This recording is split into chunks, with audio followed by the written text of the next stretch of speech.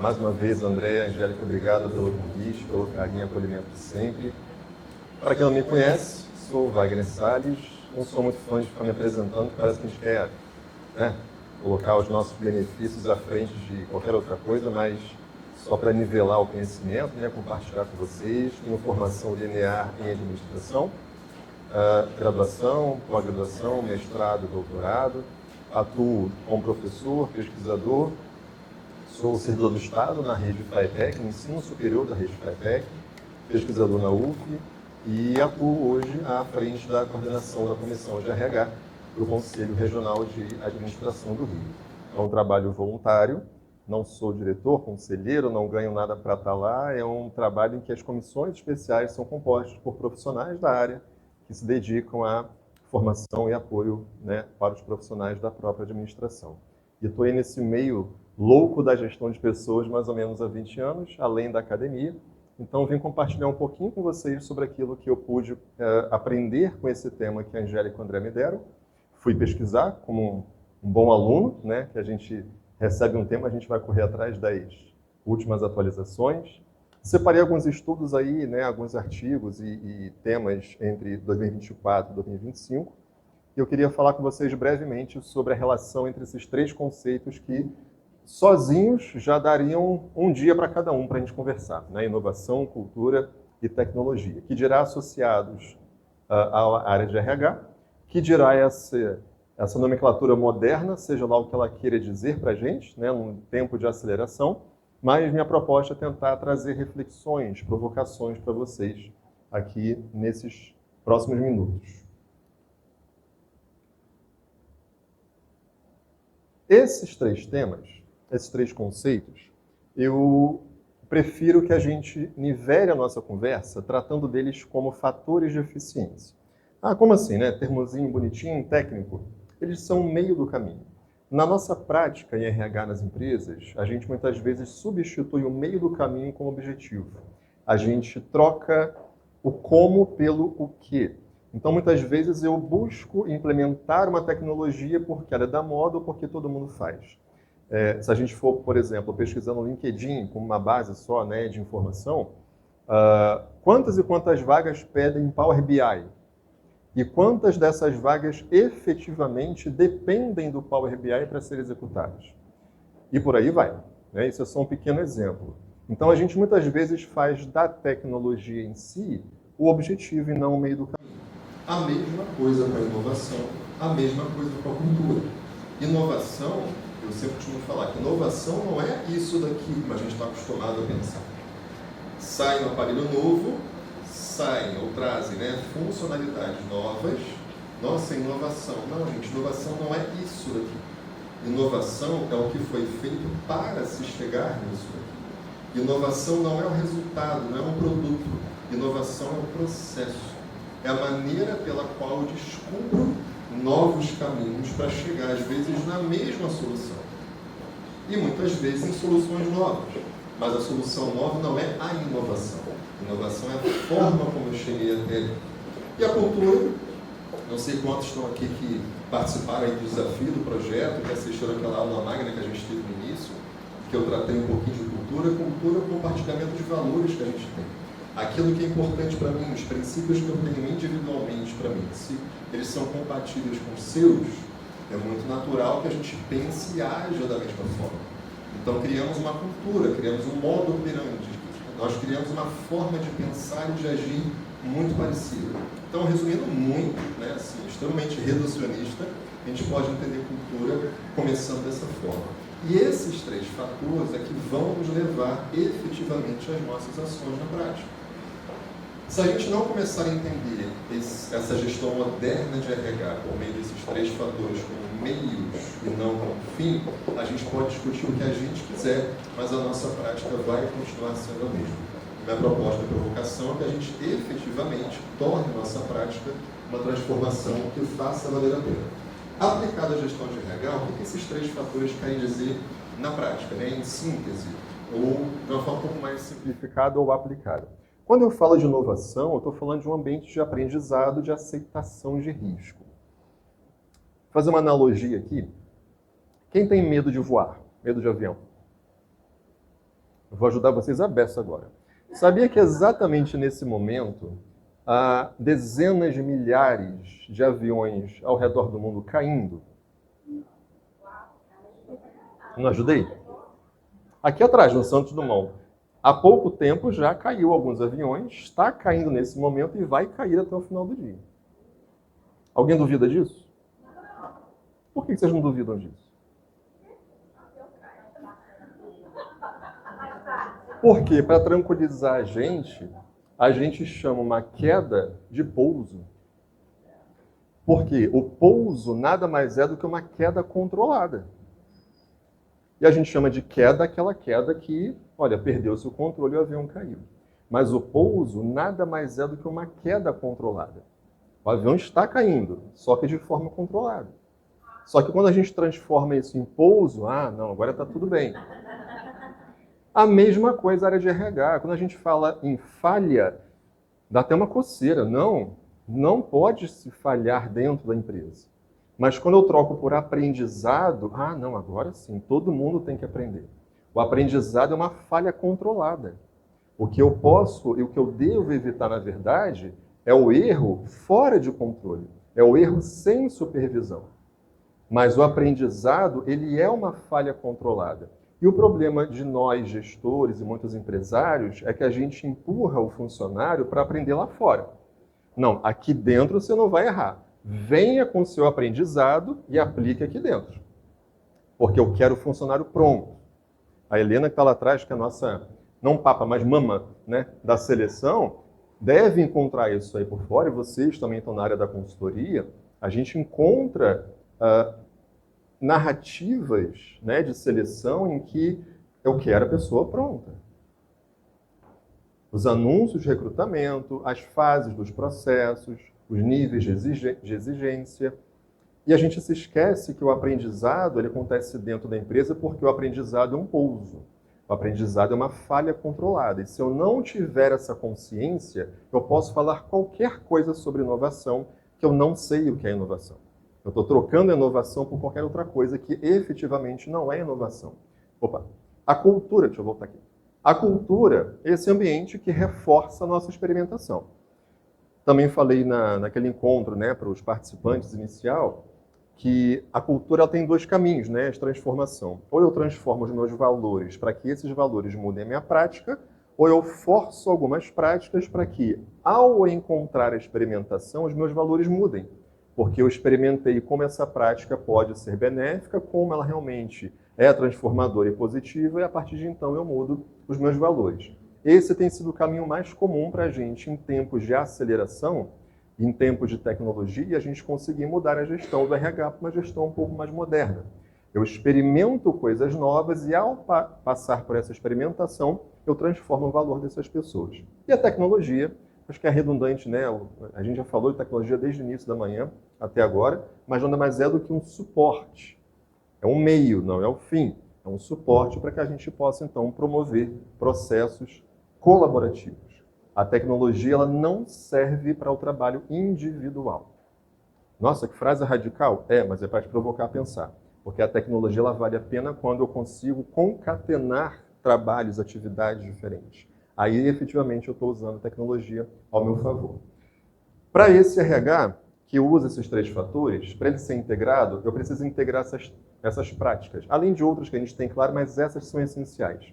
Eu não posso deixar de associar seleção com o desenvolvimento de pessoas, avaliação e recompensa. Qualquer uma dessas práticas isoladamente, ela não se transforma num fator de interseção entre inovação, cultura e tecnologia.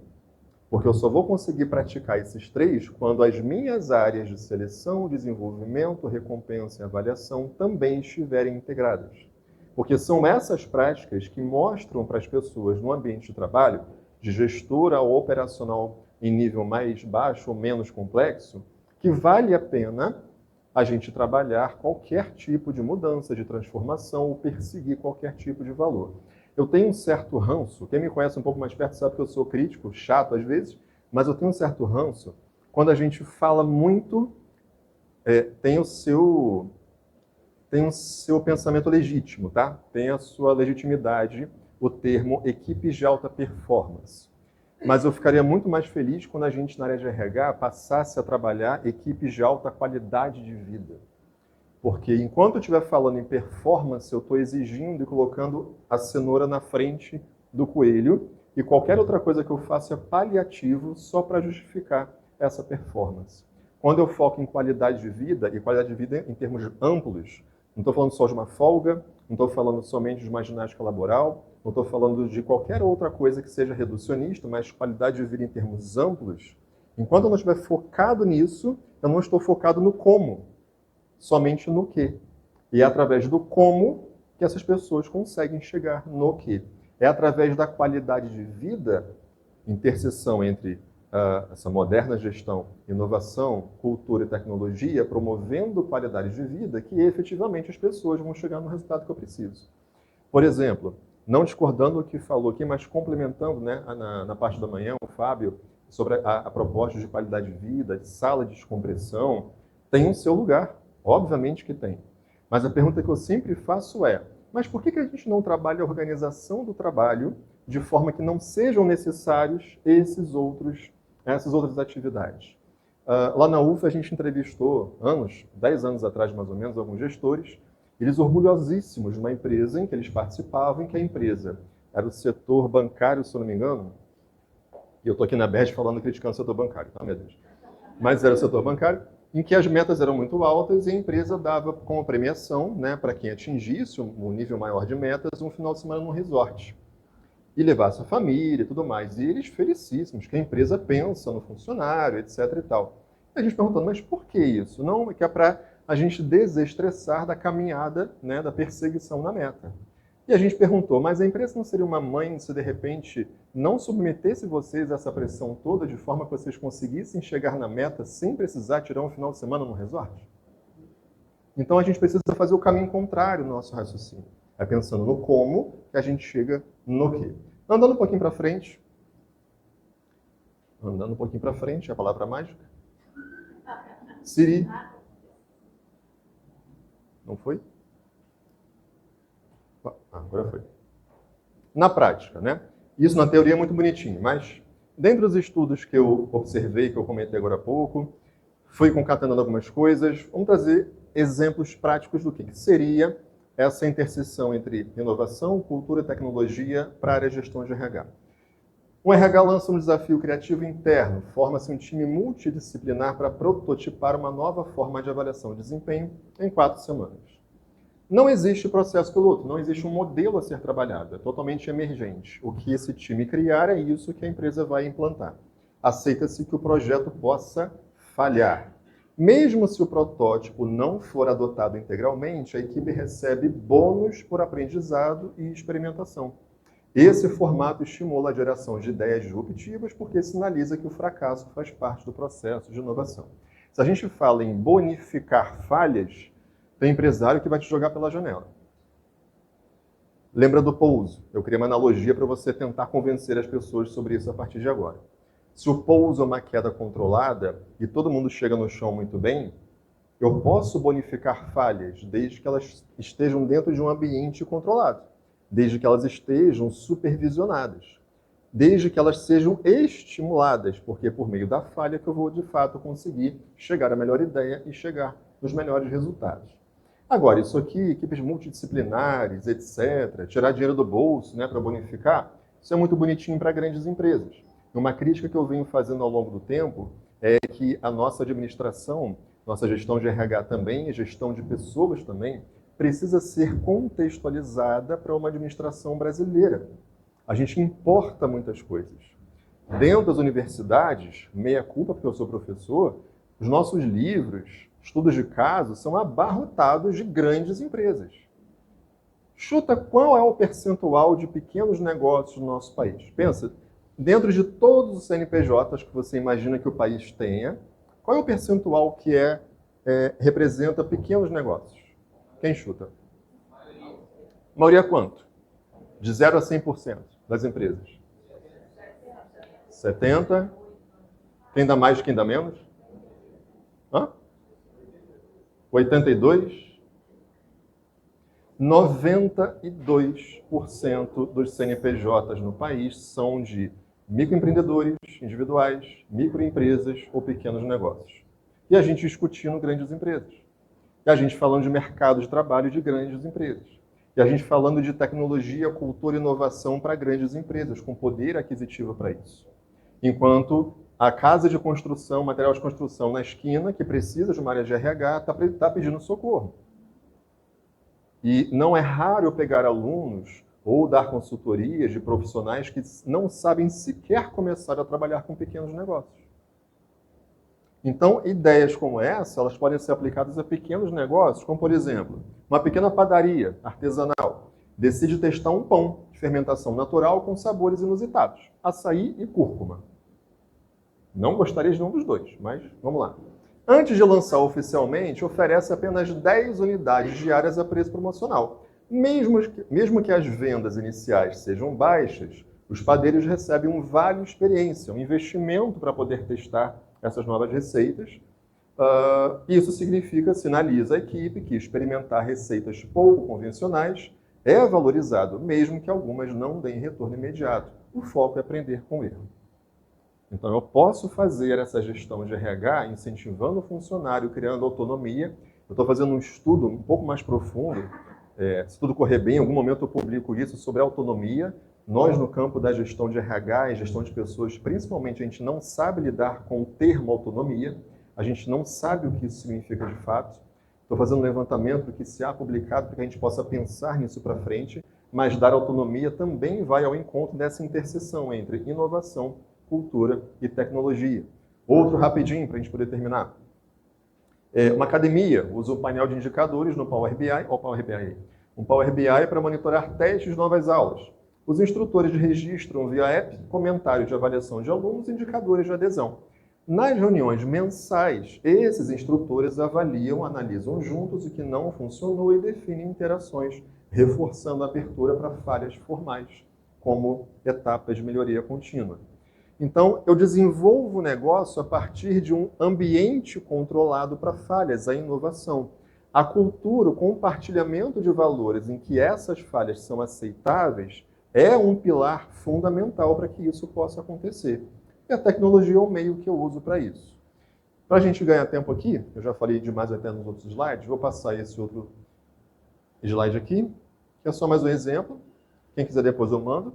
Mas, na prática, a ideia é resumo. Se eu estou falando de inovação, estou falando que as práticas de RH que nós falamos, seleção, desenvolvimento, avaliação, e a gente é muito ruim em avaliação.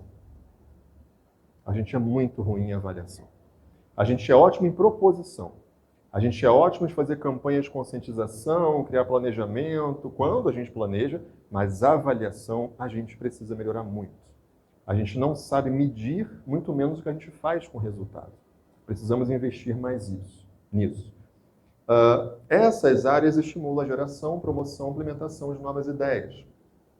Cultura pode ser facilitadora ou pode ser inibidora. Tecnologia, a aplicação, ela potencializa práticas de RH e acelera ciclos de inovação. São pequenos retratos do que eu falei com vocês até agora. Algumas coisas já do nosso conhecimento, mas eu acho que a minha provocação mais profunda para você é: sabemos lidar com tecnologia, inovação e cultura em contextos diferentes, pensando nesses 3 conceitos como o meio do caminho e não o final? Sabemos aplicar isso para grandes e pequenas empresas? Sabemos considerar falhas como um fator essencial do processo? Estamos recompensando as falhas, estimulando recursos ou destinando recurso para as falhas? Então, são perguntas que eu quero deixar. Eu adoro deixar perguntas, não respostas. Porque eu acho que quando eu deixo pergunta, você sai pensando e você vai testando alguma coisa. Quando eu te dou resposta, você só reproduz. Eu não quero que você reproduza o que eu falei. Eu quero que você pense e, a partir do que eu falei, te provoquei, você vá testando algumas alternativas e vendo o que é possível na prática. Meus contatos estão aí. Quem quiser os slides ou quem quiser algum material que eu selecionei como estudo, como base para chegar a essas conclusões, eu mando. Então, fica à vontade para a gente poder conversar nos ambientes aí virtuais do nosso mundo. Obrigado, gente.